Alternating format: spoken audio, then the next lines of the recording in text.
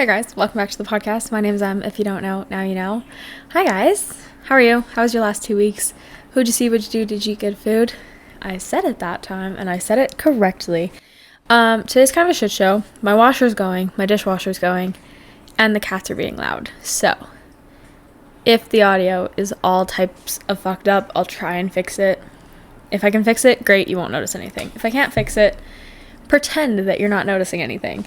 Anyways, how was your last 2 weeks, guys? When did the last episode go out? I think the 21st. How was your Halloween? What'd you dress up as? I wasn't gonna do any costume, because I didn't go out for Halloween, and I wasn't gonna dress up for work, and then my manager the one day, looked at me and my other coworker, and he was like, oh, one of you should dress up as a mime, and one of you should dress up as a hippie, and then you'll be peace and quiet. So that's what we did. So I dressed up as a hippie. If I have any pictures, I'll post them on the Instagram this week. But anyways, how was your Halloween? My parents came up to the city this past weekend, so that was fun. We got to hang out with them for a couple days, and yeah, all in all, it's been a pretty chill but a good couple weeks, which is fun. You want to know what did happen? So me and one of my friends bit the bullet, and we bought tickets for Boots and Hearts next year, which is scary. If you don't know what Boots and Hearts is, it's like a country music festival in Canada. It's in Ontario. I think it's the largest festival in Canada, but I might be wrong. I don't know how that compares to Stampede, because Stampede's not really a festival. It's a whole thing. So we bought tickets to that for next year, which means we'll be in Toronto and then in Burles Creek. Is it Burles Creek? I think it's Burles Creek. We'll be there in August of next year, which is very exciting. I'm very nervous. I feel like I have a lot of intention on traveling and doing things, and I just never do them. I've only flown once, and that was when I was how old was I? I was in grade 11, so I was 16 the last time, and the only time that I flew when I was younger, I guess. But the last time I remember flying, I was 16 when we went to Florida for a school trip. I haven't flown since then. I haven't booked tickets. I haven't booked anything. I just don't travel that much, and I don't really do anything, so it's a bit overwhelming to realize oh shit, we bought the tickets, we now have no choice but to plan this. And Toronto scares me. I'm also pretty sure we're gonna have to drive on the 401, so I don't know if we're gonna rent a car or if we'll Uber, because I don't know. We'll probably fly into Toronto, spend a couple days there, and then drive up to our Airbnb, which I have a feeling we're going to end up renting a car, which means I have to drive on the 401. I don't know how I feel about that. I'm a little terrified of that. I don't love highway driving to begin with, let alone a 10-lane highway. So we'll see how that goes. But anyways, I'm very excited for that. So that's in August of next year. On Tuesday this past week, I got an InBody scan for the first time, which, if you don't know what an InBody scan is, this is the InBody technology website definition of it. InBody devices use a method called bioelectrical impedance analysis, or BIA, to measure body composition, which divides your weight into different components such as lean body mass and fat mass to assess health and nutrition. I had never done an InBody or a DEXA scan or anything like that. When I was younger, I've obviously done a lot of fitness testing for different sports that I was in and whatnot, but I had never had a scan done that claims to break down here's the percentage of your mass that is fat, lean muscle, and water weight, essentially, and bone skeletal mass. I had never had one of those, and I don't know that I ever really would have done one, but my gym brought one in, so I was like, you know what? I was thinking about doing a DEXA a couple months ago, but they're just pretty expensive to do here. I think they're $250, and there's only a couple companies that do them in the city that I live in, so they're not the most accessible, and they book pretty far out. So I had thought about doing a DEXA because they're a little bit more accurate than InBodies, and I knew that, but never got around to booking it. And then my gym brought one in, posted about it, and they were like, hey, book your time or whatever. Went and got this InBody scan. It's essentially so there's a scale at the bottom and foot plates at the bottom that you stand on, and then there's two little handles that you hold on to. You put your thumbs on the little reader scan things, and you hold it out from your body so that your arms aren't touching your sides, and it sends little electrical signals through your body, and that's how it apparently assesses the difference in your skeletal mass, your muscle mass, and your fat mass. So did it, got my result. It is cool because you get it like immediately. You don't have to wait a couple days for your results or anything to come back. You get a little printout the second you leave. And then you have a breakdown of like whatever. They are not accurate. I want to preface that, and I know that. I posted a TikTok a couple days ago talking about the scan and kind of how I felt about it. And I had a lot of people message me and a lot of people comment saying like, remember that these aren't accurate and blah, blah, blah. And I should have prefaced in either my caption or I should have said in the TikTok that I know that they're not accurate. I am not worried about the accuracy of these scans. So they are not an accurate assessment of essentially anything. They give you a decent like ballpark range of like, hey, here's on average kind of where you might be at for XYZ, but they're not accurate, and I'm aware they're not accurate. So use that as an understanding while we go through this episode, and when I say anything, I know that they're not accurate. I don't need a million comments saying, just so you know, like, these aren't 100% accurate, they're not the best test. I know, I'm aware. I would argue that I'm somebody who's put a lot of time and effort into rebuilding my relationship with nutrition and dieting and fitness and exercise, and it was weird having a piece of paper have such an impact on the rest of my week, just like my mood in terms of how my workouts went and whatever else. So I put a lot of work in this week to not allow that to happen, but it did make me want to talk about why there's such a huge importance on separating the facts from how you feel about certain things. Because that paper that I got from my scan is like quote unquote facts. Again, I know they're not accurate, but that is like a statistic, that is a number that is a representation of a portion of my physical health. That paper could have said any numbers and I would have had a reaction to it, whether good or bad. Doesn't make a difference. I would have had a reaction. Like I would have had a feeling towards the statistics that are on that piece of paper.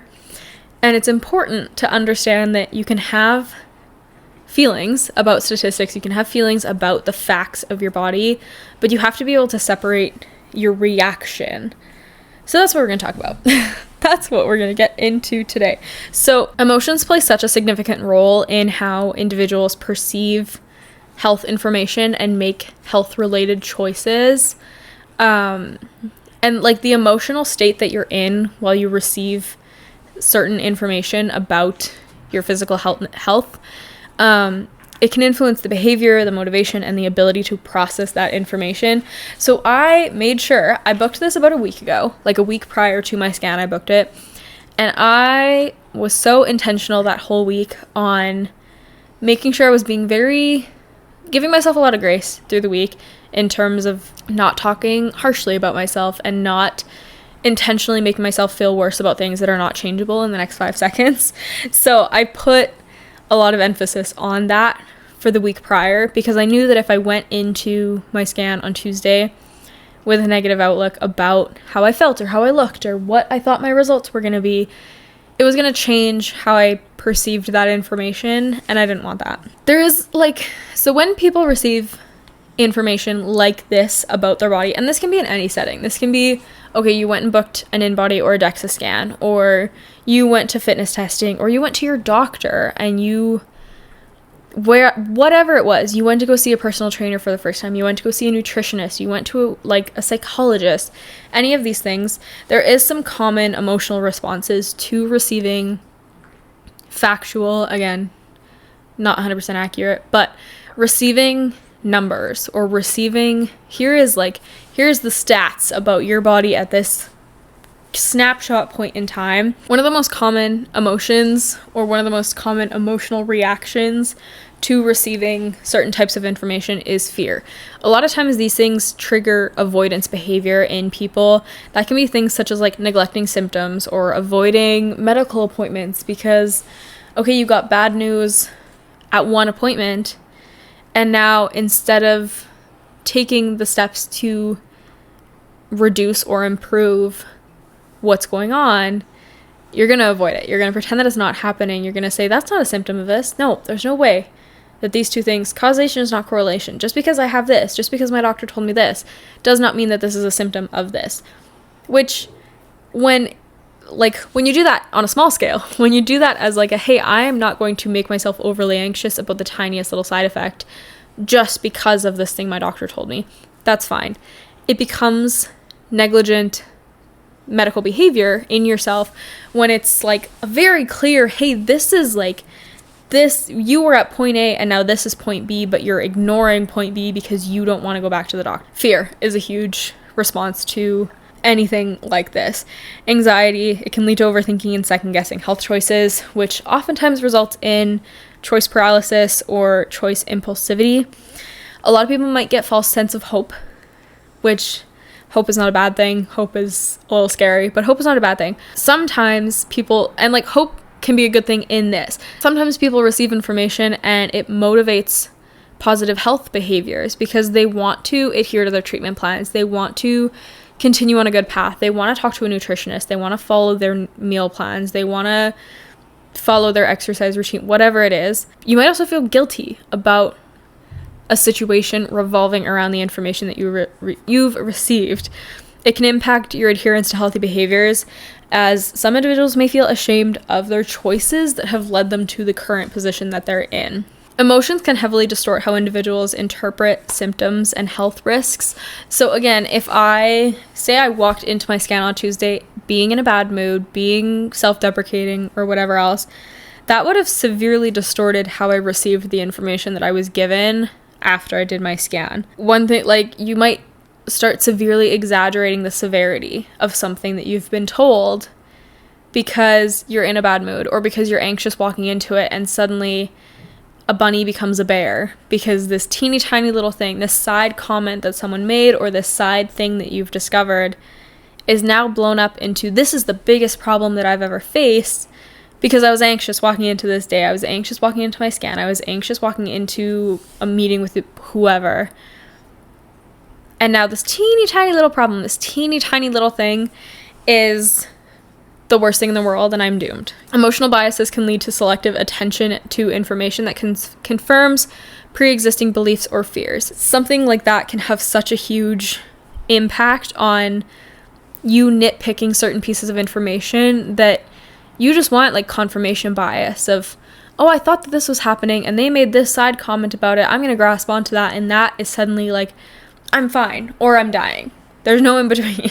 Part of the reason that I wanted to go get the scan done, especially like because I know that they're not 100% accurate, I wasn't going as like, I need an exact breakdown of every different portion of my body.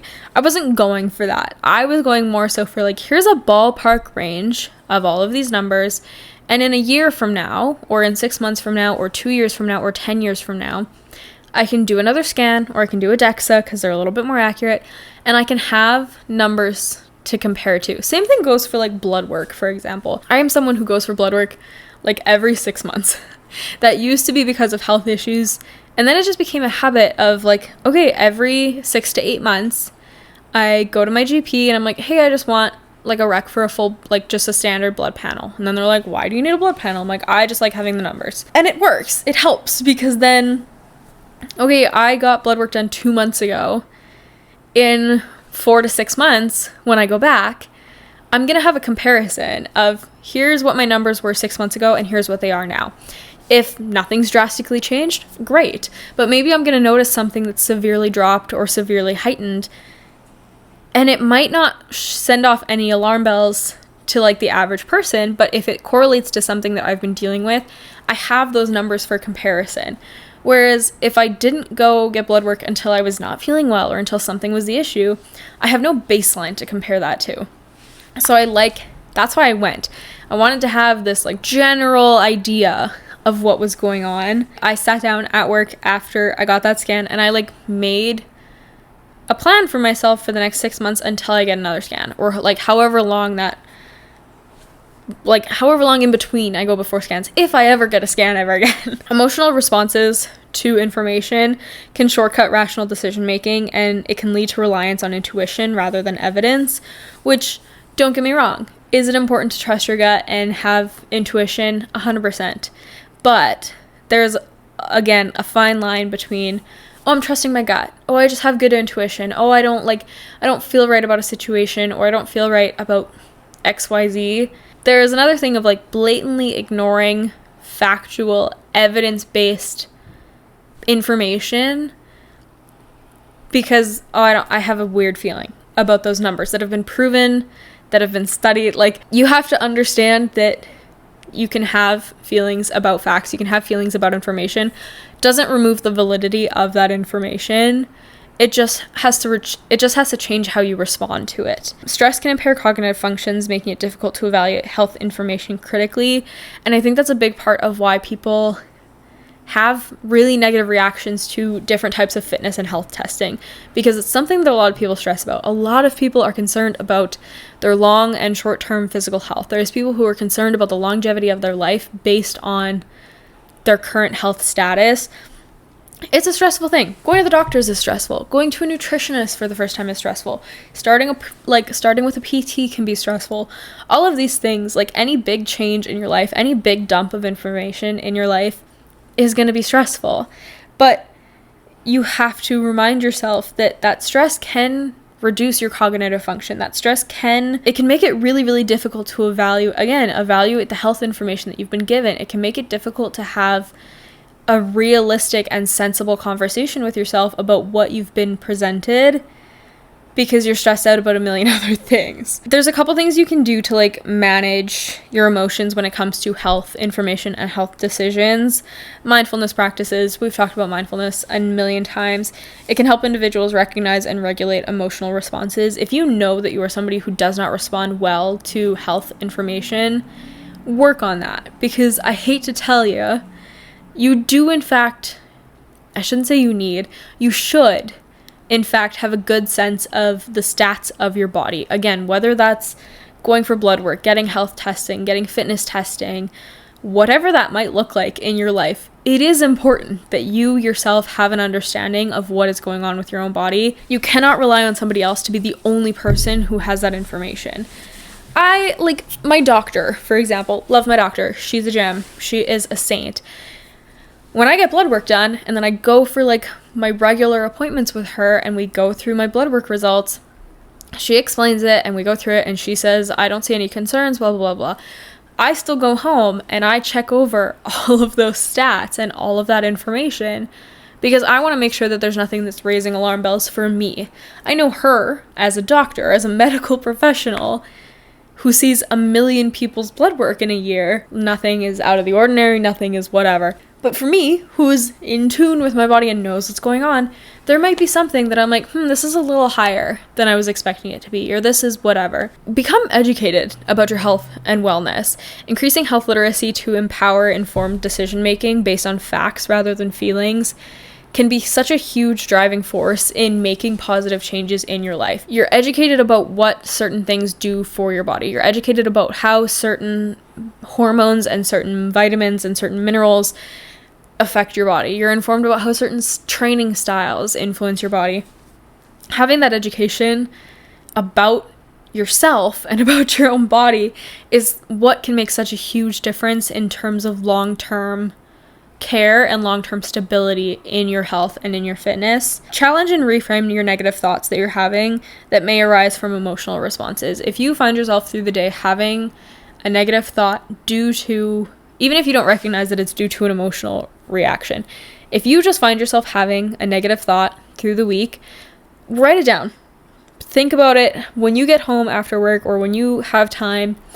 Sit with yourself and question, why is this the reaction that I'm having, or why is this the emotion that I'm having to a certain interaction or a certain situation or whatever it is, and learn to reframe your negative thoughts into something neutral or positive. I'm not sitting here and saying you have to turn every negative thought into I am the most incredible person ever and I have no doubts about myself and I have never questioned myself, blah, blah, blah, blah. It can just be neutral. You can reframe that into I'm okay, I'm fine, I'm great, I'm whatever. It's also important to recognize that you need to have a balanced perspective when it comes to health and fitness information. Recognizing the role of emotions can lead to a more balanced and non-impulsive health decisions. And you can also encouraging a healthy mix of emotional awareness and fact-based analysis improves your health outcomes. That can be, again, you want to trust your gut and you have a bad feeling about something, great. Make sure you're also looking at the facts of that. Make sure you have both sides of this so that you're not only acting impulsively based on your intuition or based on your emotions, But also, make sure that you're not completely tuning out the fact that you can have an emotional reaction to something that you've been given as a fact. If I, again, go to my doctor and I am given, my scan, again, for example, I have this piece of paper. If I force myself to tune out any emotional reaction to what I was given on that piece of paper, also not healthy. Learning to have a balanced perspective in both health, fitness, wellness, mindfulness, education, work, life, whatever, that's one of the key parts to making educated and well thought out health decisions. Understanding the decision making and the influence of emotions in decision making.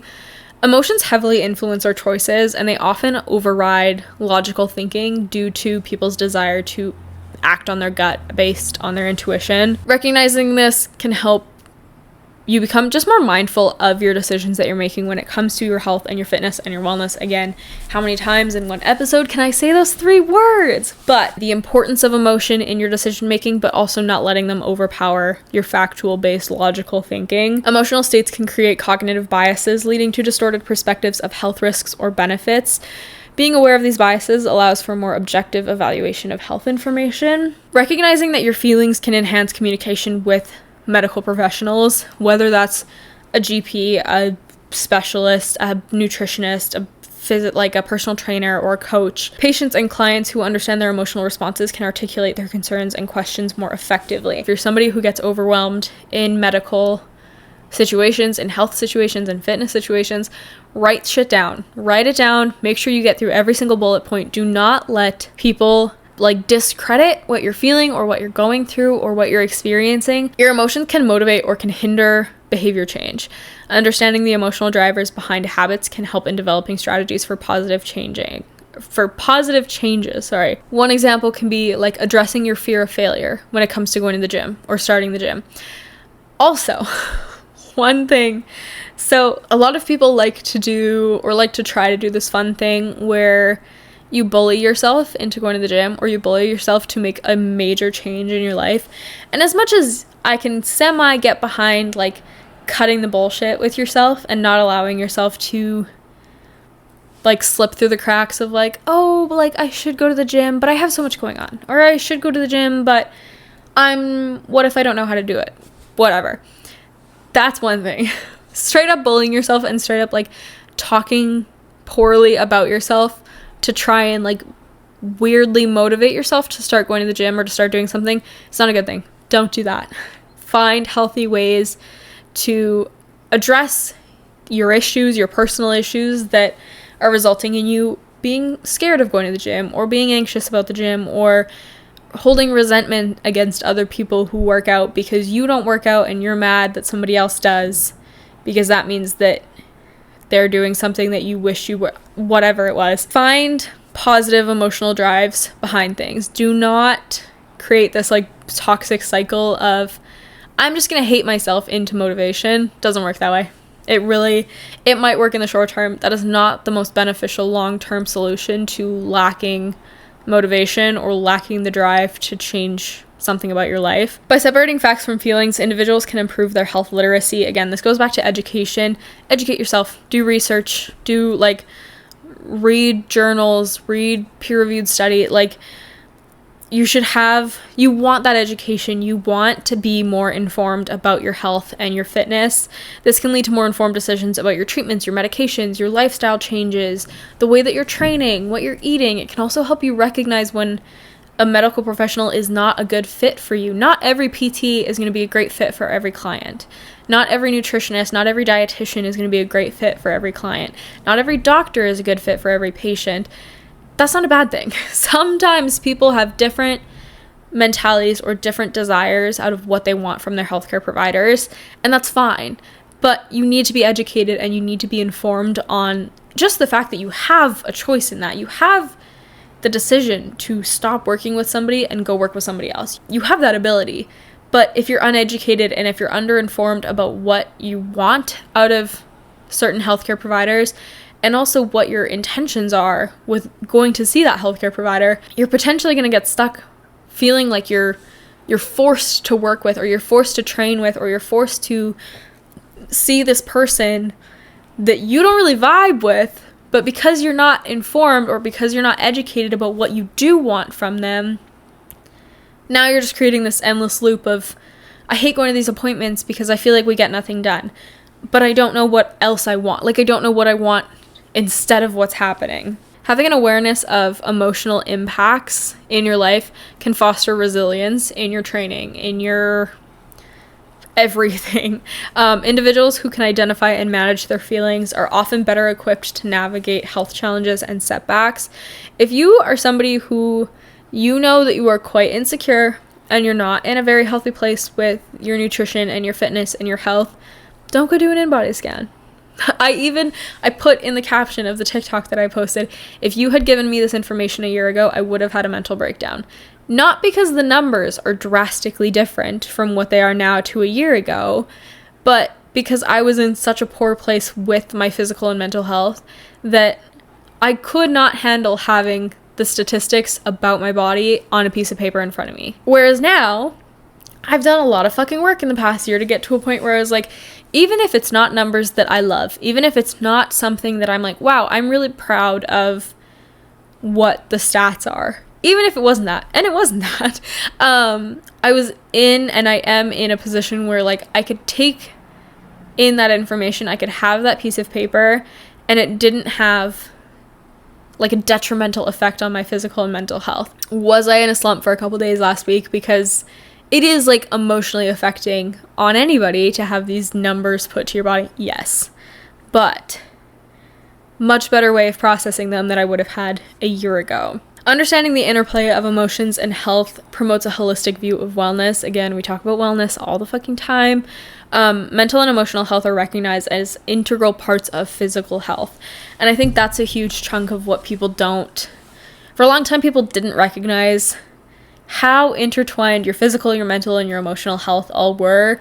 And they were treated as very separate things. They were treated as like almost like entirely different ideas. Whereas now it's so much better understood, the fact that all three of those are so interlaced and have such a huge play on each other, that your mental health does have a huge impact on your physical health. Your physical health can impact your emotional health. Your emotional health can impact your mental health.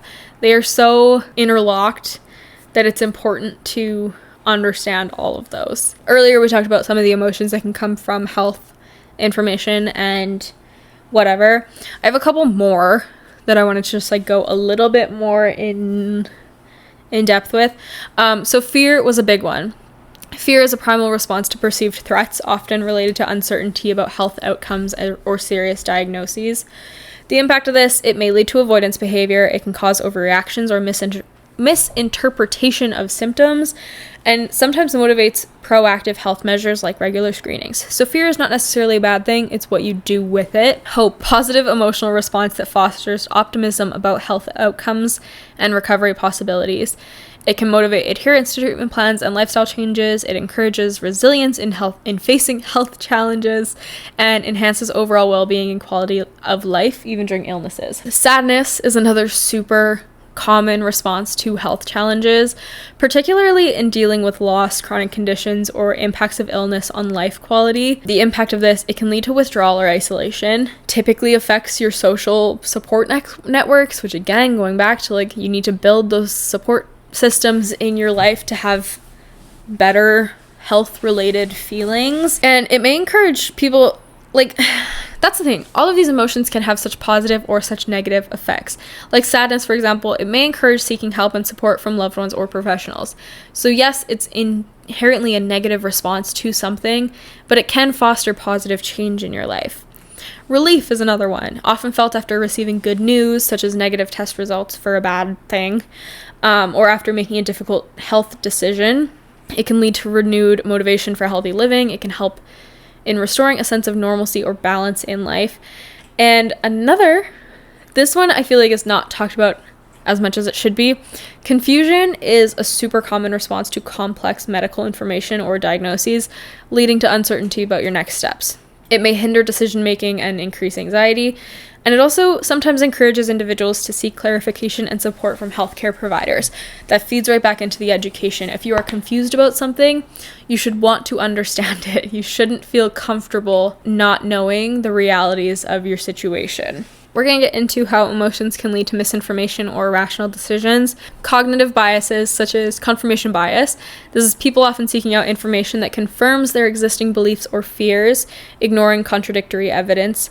For instance, someone fearful of a specific illness may only read articles that support their anxiety rather than getting information on both sides of the coin. Availability. Whoa, what is that word? Heuristic? Heuristic. Heuristic? I don't know. Emotions can make recent or dramatic health events more salient, leading individuals to overestimate the likelihood of similar events happening to them. Overgeneralization. Emotions can cause individuals to make sweeping conclusions based on a single experience or anecdote. For example, if someone hears about a severe side effect from a medication, they may irrationally assume that all medications will cause similar issues. We see this a lot in people who are anti-vax or anti-Western medicine, is overgeneralizations. And a lot of that, again, comes down to undereducation or a reluctance to be educated. Fear-induced avoidance. Fear can lead to avoidance behaviors such as skipping necessary medical checkups or treatments. This avoidance can perpetuate misinformation as individuals may remain unaware of their true health status. Emotional responses are often amplified in social contexts. Misinformation can spread quickly through social networks as individuals share health-related fears and anecdotal experiences, which reinforces irrational beliefs in our healthcare and fitness systems. A desire for control. In the face of uncertainty, this goes along with the confusion, individuals may cling to simplistic or reassuring narratives, but even if they are unfounded, this desire for control can lead to the rejection of complex but accurate health information. Reactivity to negative information. People may react strongly to negative health news, which can lead to irrational behaviors such as panic buying health products or making drastic lifestyle changes without consulting professionals. This can be tied to so many things. The one thing that I always think of is when people were stuck on doing juice cleanses, and I know some people still do them, and I hate them, but people were convinced that their body was harboring all of these toxins and that a juice cleanse was the only way to fix them. Didn't talk to their doctors about it, didn't see if that was something that was beneficial for their health. Emotional messaging in media. Health-related news often emphasizes sensational or emotional aspects, which can skew public perception. This emphasis can create fear-based responses rather than encouraging informed decision-making. Group thinking. In communities where certain health beliefs are prevalent, individuals may conform to group opinions driven by emotions, leading to the acceptance of misinformation without critical evaluation. The last one is an inability to seek help. Emotional distress can hinder individuals from seeking accurate information or professional guidance. Feelings of shame, guilt, or fear may prevent them from discussing their health concerns openly. A lot of these tie into each other. A huge contributor to people's negative emotions regarding health, fitness, and wellness information is undereducation or misinformation. So one thing that you can do to help with, again, your health, fitness, wellness, education, and understanding, if you're reading something, there is a couple ways that you can kind of make sure that it's accurate information and that it's factual. You can look for the author's credentials if it's any type of blog or journal or anything like that. Check out the author, look for their credentials, assess the source's reputation, look for peer-reviewed research on the topic, examine the date of publication, because a lot of things are really outdated. Something that may have been true or what we believed to be true in 2014, not the same as what it is now. Evaluate the evidence provided. Make sure you're still thinking for yourself. Make sure you are still allowing yourself to have an opinion on information. Identify biases or conflicts of interest. Review the language and tone of whatever you're reading. Check for citations and references, always, for everything. Cross-reference information. I know everybody used to hear it in elementary school, if you read something off of Wikipedia, make sure you're doing your cross-references. Consult your health professionals, consult your doctor, consult your trainer, consult your coach, consult whoever it is that this information pertains to. Talk to somebody who is formally educated in that field. Be skeptical of anecdotal evidence and use health literacy tools. I know we've talked a lot about what not to do and how to be skeptical about what you're presented and I know all of that, but I did want to give a couple things that you can do to help improve the relationship between the facts and the feelings that you have in life. Some of them are setting realistic goals in your life. Establish achievable and specific fitness goals that align with your current lifestyle and abilities. Focus on your progress rather than your perfection. Embrace your individuality. Recognize that everybody's fitness and health journey is unique. Avoid comparisons with others and celebrate their personal achievements, no matter how little. Practice self-compassion. Be kind to yourself, especially during setbacks or challenges. Understanding that progress is not linear and it's okay to have days that do not feel like progress. Focus on your enjoyment. That is one of the biggest things when it comes to especially your fitness and wellness. Health is a whole nother branch of everything that I know we've talked a lot about today, but I'm not a healthcare professional. So make sure that if you are having concerns about your health, talk to somebody who's qualified in that. For your fitness and your wellness, focus on enjoyment. Choose activities that you genuinely enjoy doing. When fitness feels fun, it's easier to stay motivated and committed. Diversifying your routine. We have a whole podcast episode about this. I think it's one of the probably like the first 10 episodes that we did was talking about diversifying your fitness routine. Incorporate a variety of exercises to prevent boredom and reduce the risk of injury. Explore different activities like dancing, hiking, swimming, yoga. What else? Pilates, spin, everything. Listening to your body. Pay attention to how your body feels during and after workouts. Rest when needed and avoid pushing through pain or discomfort to prevent injuries. Have a mindset shift. Change the way you think about fitness. Instead of viewing it as a chore, instead of viewing it as something that you have to do, see it as an opportunity to enhance your well-being and boost your mood. Educate yourself about fitness and health from reputable sources. Understand the science behind exercise, which can help you make informed decisions. Surround yourself with supportive friends, families, or fitness communities. Sharing your goals and experiences can provide motivation and encouragement. Track your progress holistically.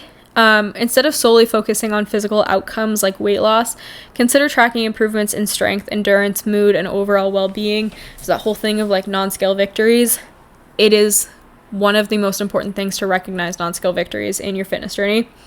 Be flexible. Adapt your fitness routine to fit your lifestyle change or life circumstances. Flexibility can help maintain a positive relationship with fitness through the rest of your life. Practice mindfulness. Again, there's an episode about that. Celebrate non-scale victories. Acknowledge accomplishments beyond the scale, such as increased energy levels, improved mood, completing a challenging workout, and seek professional guidance. If possible, work with a fitness professional or personal trainer who can provide personalized advice, support, and accountability. Fitness professionals are a lot like therapists in how I feel about them. It is one of those things that it is so incredible to have the privilege to work with, again, nutritionists, personal trainers, coaches, whatever else. It is expensive. It is a luxury. It is not something that everybody has access to, and I'm aware of that. It's one of those things where like, hey, if you do, great, use it. If that is something that is a priority to you in your life, use your privilege in having access to those things. But this is such a blabby episode. I'm so sorry. Sometimes I feel like we go from like super chit-chatty episodes to then the next one is just me like info dumping for 40 minutes. But I love having numbers. Like I said in the TikTok that I posted, the STEM kid in me loves having statistical information about my body. I love having factual. Again, factual is a very broad word in this sense, but I like having something tangible on a piece of paper that I can look at and be like, wow, this is where I was at in, October of 2024. And in October of next year, I'll probably be able to look at it and be like, wow, this and this and this has changed. This is how my life has changed. This is how my lifestyle has changed. I'm not saying that having scans and stuff like this are a bad thing, because I don't think they are. But I think it's important that people take it upon themselves to recognize if you are not in a position mentally or physically where you are comfortable having that information, don't do these scans. People have to do this thing where they take like they go for scans, they get health information, they get all of these things, and then they turn around and say like, oh, the InBody scan gave me body dysmorphia, or the InBody scan made me hate myself. And I'm like, hey, guess what? You probably hated yourself before, but now you just have something else to pin it on. Is that bad? Are people going to yell at me for that? But I feel like it's true. I feel like so many people want to So many people ignore the fact that they have these major insecurities, which I'm not saying insecurities are a bad thing. Would it be great if none of us were insecure about anything? Yes, but that's not realistic. But people have these major insecurities about their own confidence and about their own judgment, I guess, that they don't want to acknowledge that it's them causing that issue in their life. They don't want to acknowledge the fact that they're holding themselves back in life. So then they do things like this, and then they point to the scan as like, this is toxic and this is unhealthy and this is creating negative relationships for people with their fitness. And I just don't think that's true. I think it's important to, again, educate yourself. That will always be my biggest standpoint when it comes to understanding health and fitness and wellness information. Educate yourself. It is nobody else's responsibility to educate you but your own. And you cannot be mad at any one person for not educating you. Obviously, unless you're like taking a class and the professor is, but that's not what we're talking about. And you know that's not what we're fucking talking about. But I can't go to the gym and be mad at the guy who did my scan and say that he's the reason that I'm insecure because he didn't tell me what, I can't even really think of examples, but it's so important to educate yourself and take the time to understand the information that you are being given in certain situations. It's important to have facts on your health. It's important to have, again, that baseline of like, okay, in 2 years when I look back and let's say my bone density has dropped drastically, but if I don't have a baseline, I don't know when that issue started. If I don't get blood work every 6 months to a year, and then in 5 years down the road, I'm like, oh my God, my iron is like just tanking, but I don't know when this started because I have no previous information to go off of. It's important to have information about your body, but it's also important to understand that you can separate the facts that are given to you in these types of things from how you feel about them. I can understand that the piece of paper that's sitting on my desk has numbers that are associated to my body. Do I love what's on the piece of paper? No. Is that okay? Yes. But if I didn't understand that difference, I would suddenly let that have a huge impact on how I'm training and what I'm eating and how I'm eating and how much I'm eating and where I'm training, what I'm training, because I wouldn't have that understanding of like, you can have a reaction and a feeling to health information without letting it impact your future. You know? I don't know.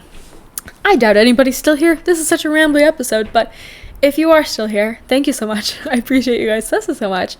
That's all I've got for today. I don't know. I hope you take this as a nudge to educate yourself on something that you've been curious or anxious about when it comes to your health and fitness. You should want to have information about yourself. But anyways, thank you so much for listening this far, guys. I appreciate you more than you'll ever know. Go follow me on Instagram. EBFit for my health, fitness, wellnessy, whatever. Hey for Men for the podcast, and Emily Brilliard for my personal. We're on YouTube. I say it every week, and I'll continue to say it. So if you would rather watch your podcasts, link will be in the show note. I hope you guys have a good week. I hope you guys take this episode as like hey, I am going to ask questions about my health. I'm going to ask questions about my fitness. I'm going to whatever. But anyways, that's all I've got for this week. Thank you so much for listening, guys, and we'll chat next time. Okay, bye.